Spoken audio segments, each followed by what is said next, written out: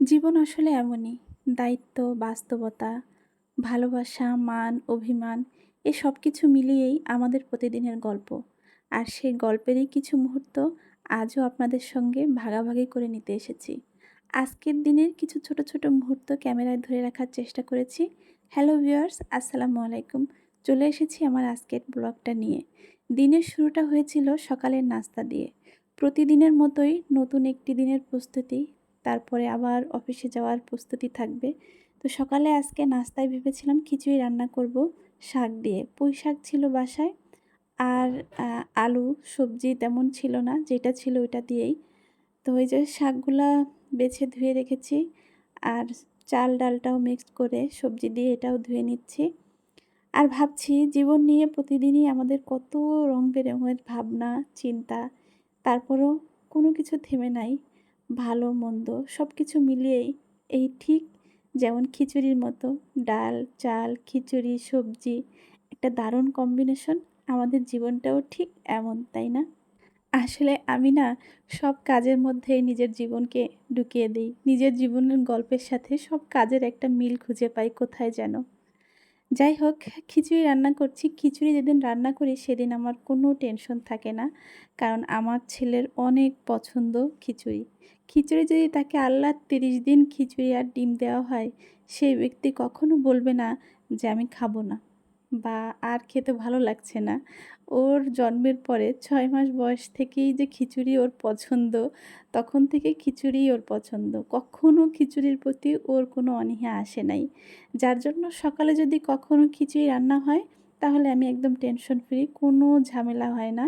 একদম শান্তিমতো, আরাম মতো এক প্লেট ভরে, একদম পেট ভরে খেয়ে নেয়।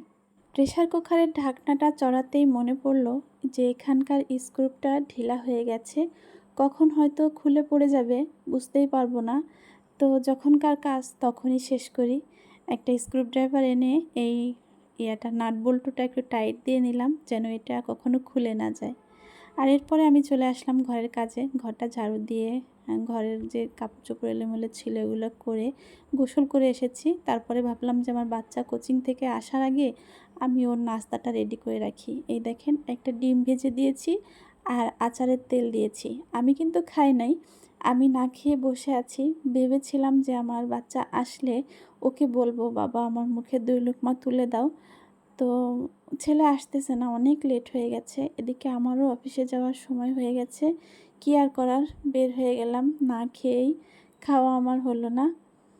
কিন্তু তার থেকে বেশি টেনশন করছি যে আমার বাচ্চা স্কুলে যাবে কখন? কোচিং থেকে এসে তো ওর গোসল করার, নাস্তা করারও সময় হবে না। ও কখন স্কুলে যাবে? এটা নিয়ে খুব টেনশনে করতে, করতেই দেখলাম এই যে ওর সামনেই পড়ে গেছে। তো ওকে বললাম, "বাবা তুমি নাস্তা খেয়ে গোসল করে একটু লেট হয় হোক, তারপরে তুমি যেও স্কুলে।" আর এই তো আমি অফিসে এসে গেছি। অফিসে ঢুকে আমার সর্বপ্রথম যে কাজটা সেটা হচ্ছে ১ বোতল পানি খাওয়া। আজও অফিসের কাজের চাপ কম ছিল না। সময়ের সাথে, সাথে তাল মিলিয়ে দায়িত্বগুলো শেষ করার চেষ্টা করেছি। কখন যে সকাল থেকে বিকাল হয়ে গেল বুঝতেই পারিনি।